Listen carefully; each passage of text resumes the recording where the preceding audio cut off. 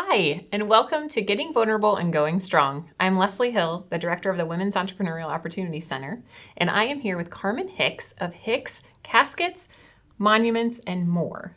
Correct? Yes. Yes, it's a mouthful, but it's a fantastic place. So, Carmen, can you tell us a little bit about, first of all, the company, how you started in the company, because it's so funny, and just give us a little information on how that happened.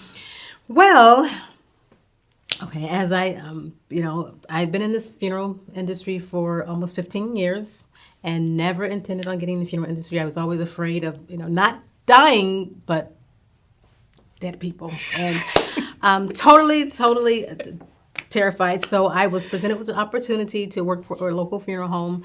And for about 3 months, they chased me because I said no. I was just terrified. And so finally I accepted, and I broke out in hives all over. I was just totally stressed out because, just the thought of being in a funeral home, it was just beside myself.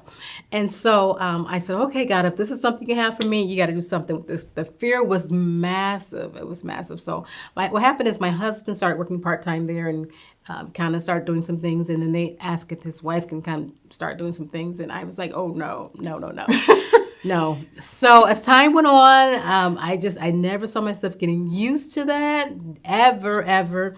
As time went on, I actually did. It's like, God did something with the fear because I'm a total miracle. Total. It would take me like at least 2 weeks to get over the thought of actually just being at a visitation or just seeing an empty casket. Nope. Didn't have to be a body in there. Just an empty casket. Just an empty casket. So at one point in time when we first met, I think you told me maybe 3 or 4 stories about just how scared you were. So what are a couple of those stories? Oh my God. So yes, there was a time when the secretary at the funeral home, she called one day. She goes, I know this isn't your job, but can you just come to the funeral home because the family is going to pick up their death certificate. I said, okay, why in the world did she ask me this? So I said, okay, bring the cordless foam outside. So I sat outside on a bench. It was scorching hot outside. Hate hot weather, completely hate hot weather. And I sat outside on the bench. I just refused to go because I knew there were other bodies inside the funeral home and there was no live bodies there. And so I sat outside in front of the funeral home and family came to pick up the death certificate and they said they were here to pick it up. I said, I'm sorry, I can have her call you when she comes back. And they go, well, she said we could pick it up. I'm so sorry. Thank you. I will have her call you because I was not going to go, inside there. And so after they left, the beautician came and he called and he goes, hey, they said you're going to be here to let me in to do, a couple bodies. And I'm sitting outside and he's on a cell phone and he's looking like, why is she sitting outside answering the business phone? And so wait, I'm talking to you. Yeah. So he gets there, he goes, man, it is hot. It was scorching hot. It was like late July, early August, and I'm like, it is burning up out here. And he's looking like, well, why are you out? Air is inside here. So we go inside, and I had an office there, so I, propped the door open because I want to make sure that when he got ready to leave, that I could see him leaving. He wasn't going to leave me here by myself. And so I'm in my office doing some work, and about an hour or so passed, and he's coming down the hall. He said, okay, I'm done now. And I started grabbing my purses and my bag. And hold on, wait. You can't leave me here by myself. And so he's laughing and he's thinking I'm funny. And so I guess he see the horror on my face. And he's like, you're for real, aren't you? Yes. He literally thought I was playing. And it's like, it was no joke at all, none. And so he sat me down. He said, the more you're around it, you'll get used to it. And he said, it's not the dead that can hurt you, it's the live. I said, the live I can fight back. It's the other ones that I can't. And I was so serious. And I never saw myself getting used to it. And then an occasion when I was going through training and I actually wanted to see a cremation and it made absolutely no sense. So we were going through some training and I told them, I said, I'd like to go to the crematory. And they're like, Carmen, you're afraid of an empty casket. How are you going to go now? Right. And so, but I was just, curious about it and stuff. So we went to the crematory and I, observed some different things there and, this is how, it makes no sense to me. Maybe because at the time it was just, I didn't see the actual physical whole body right then. I just started seeing the other things that go along with that. Mm-hmm. And so my husband had a couple days later, he had a call to go remove a body from a hospital. And I said, I'll go with you. And he's like, you will?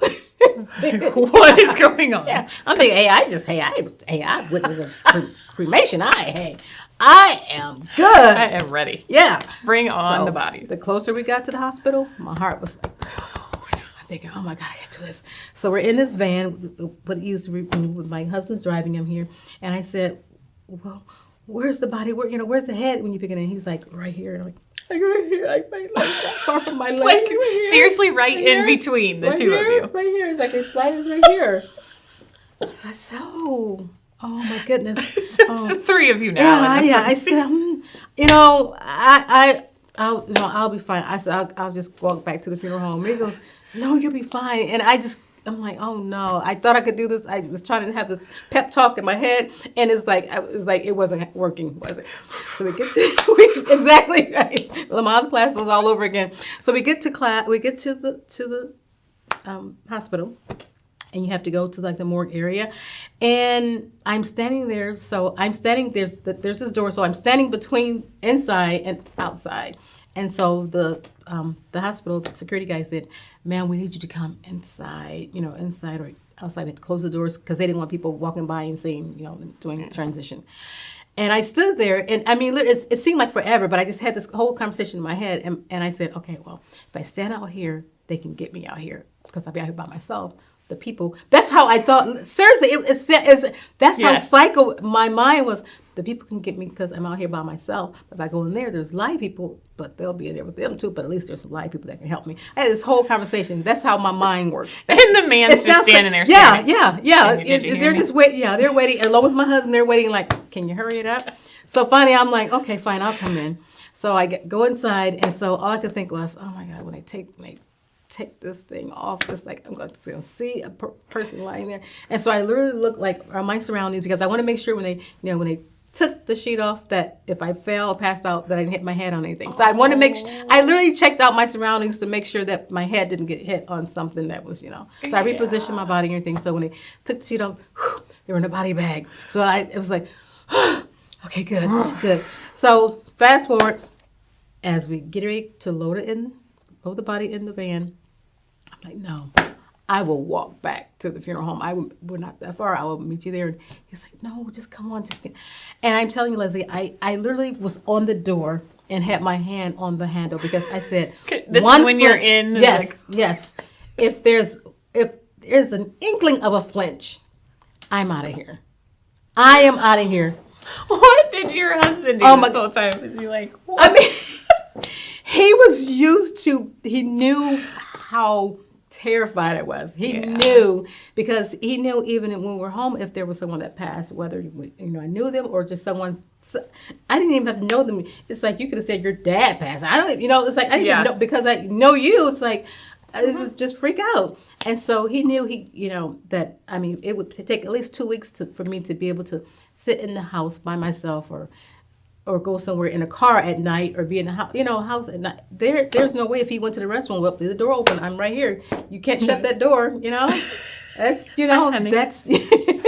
So, yeah. Aww. Yeah. It was really bad. It was really bad. Yeah. Yeah. So I always say God took my greatest fear and turned it into my greatest passion. There is no way you could have told me that I would be working in a funeral industry ever. Yeah. I didn't even want to own my own business, let alone to be doing all this. None of that. Never. So all of this is just like, I had nothing to do with this. That's kind of the nice way to go about it, really. Yeah. It's true. Yes. It's a very true story. Okay. So you have conquered your fears. Yeah. And you've decided you can still live around corpses. Yes. And you can help people who are in that industry who are needing your help. And so your services are, they're appreciated, let's say. Yeah. And to go from that to actually, I ended up going through mortuary school and actually where I did actual embalmings of bodies. And one day I was standing there and I counted, there were 30 bodies in the prep room, not counting the one I was embalming. And I just stood there and I said, God, this is me. This is crazy to go from being afraid to be I couldn't even look at a casket in a book, just a casket in a book and go to sleep. Just, I mean, not but and then to go from that to actually touching and embalming and dressing a body, it just, Yeah. yeah. Oh my gosh. Yeah.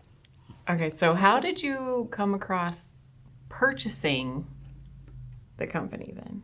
Well, the gentleman who owned it previously, he was relocating, and I had heard that I had only met him a couple different times, and I had heard from several different businessmen who talked about buying this business. I kind of heard one I had spoke with directly. He owned a funeral home, and he thought it'd be great to take over that business. And then there was another person that I knew from, another area business, and he talked about. And then there was this set of businessmen. They, Fort Wayne is small, working around, and so I didn't think anything about it when I kept hearing about them wanting to take over this business. It didn't faze me because it wasn't something I was thinking about. Out the clear blue, the owner called me. He goes, "Hey, what do you think about taking over my business? I'm moving to Indianapolis." He said, "And I know you've been in the field for a while, and I know you'll treat the families fair." I'm thinking, what? Because it was never on my radar, because I never wanted to own a business, per se. And so, and I said, well, let me think about it, pray about it, talk to my husband. I don't know. And 3 weeks later, I had to form an LLC, and I literally was pacing the floor with a room full of caskets saying, God, what just happened? Literally, it literally fell into my lap. It literally did. And even with the whole, the lease and all of that, because I hadn't, leased, retail space. I didn't know any of this stuff. And so he talked to the leasing company, and they're like, well, you still have X amount of months on here. And, if she doesn't pay, if she doesn't do this, then he was like, okay, fine, whatever. I'll take that risk. It's like, he didn't really know me, at all. So it was. So how did you meet him? I met him because I knew he had the casket store there. And so I had a family member who had passed. And so I heard about the store. Okay. So let's go over here. And, I met him then. He called me like another time, but I never met him when I worked at for SCI and cemetery site. I was selling monuments, and which I hated it when I worked on that side. Yeah. And but I never met him, and so it's like, okay, he just wanted to know who was my supplier and whatever. So I said, well, it's not that deep. I'm just doing something for SCI. That's it. So I never met him face to face, but I took a family member over and purchased a casket, and and one other time, and that was it. And so I was like, wow, okay. So here I am 5 years later. Just 5 years. Oh. I mean, if I was going to sell my business, I'd want to sell it to you. Well, it would be really fun. Thank you.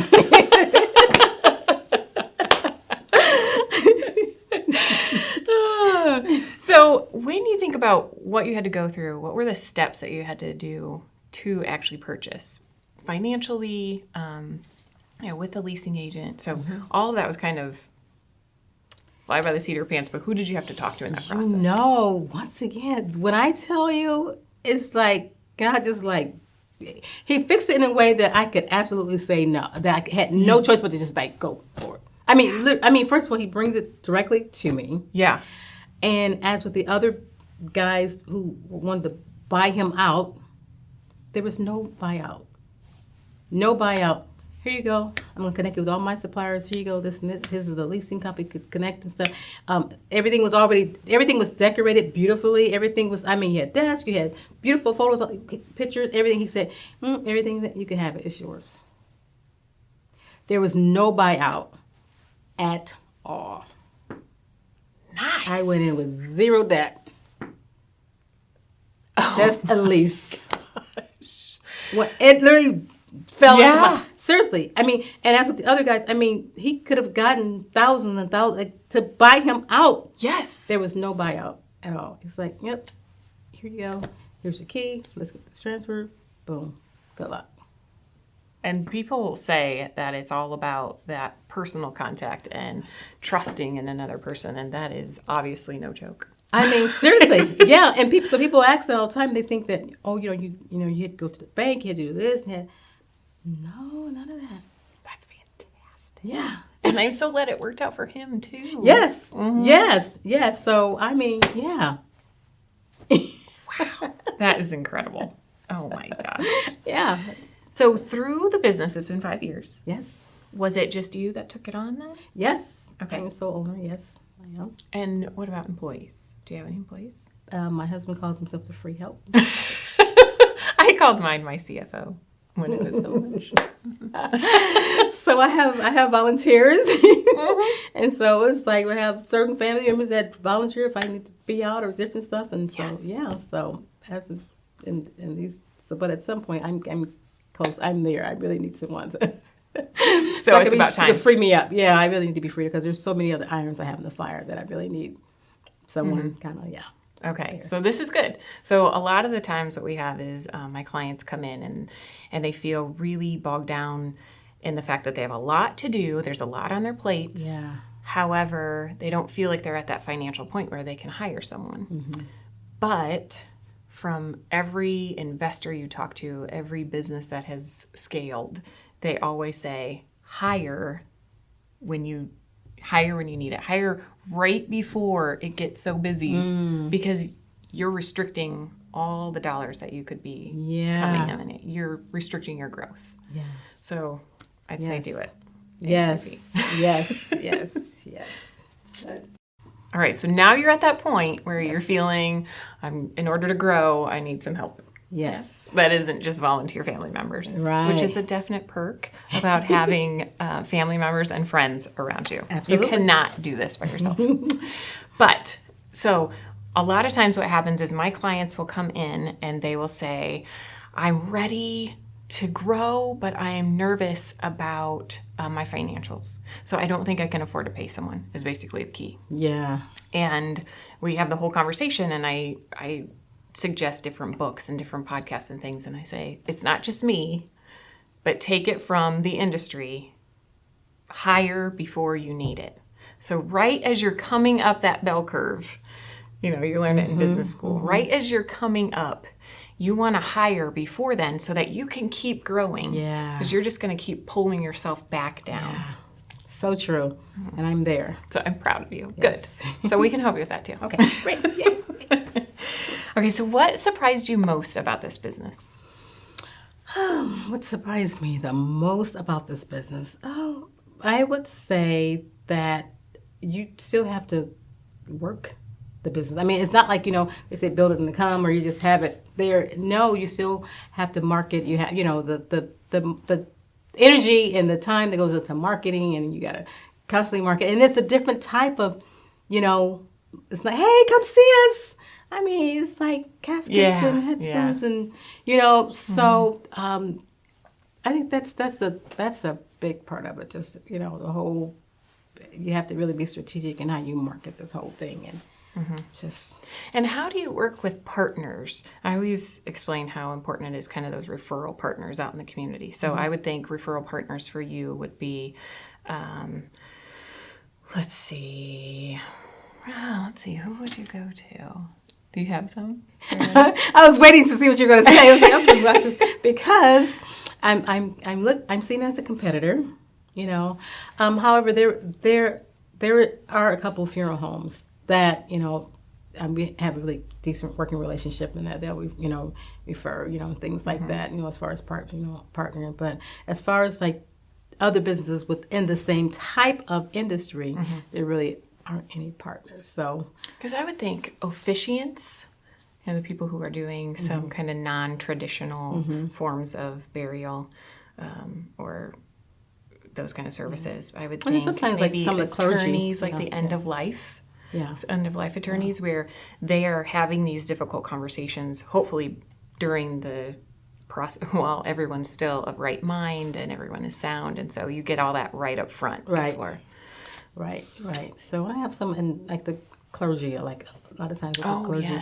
I have built relationships with quite a few of those, because then I'll go and do presentations to their congregation about and so those are some really great partners. Yeah, that's great. Or even maybe life insurance. Yes, and that's what I do, and I blend it, and I talk about the different things. Right. Yeah, because I also provide life insurance, so I talk about and being that I've worked in the industry, and I know what it's the importance of life insurance, and know the importance of having things in order, because I've sat with families and did arrangements when there was nothing in order, and and so I'm really passionate about that, because I see and know the difference it makes. So I get excited about it. Yes, yes.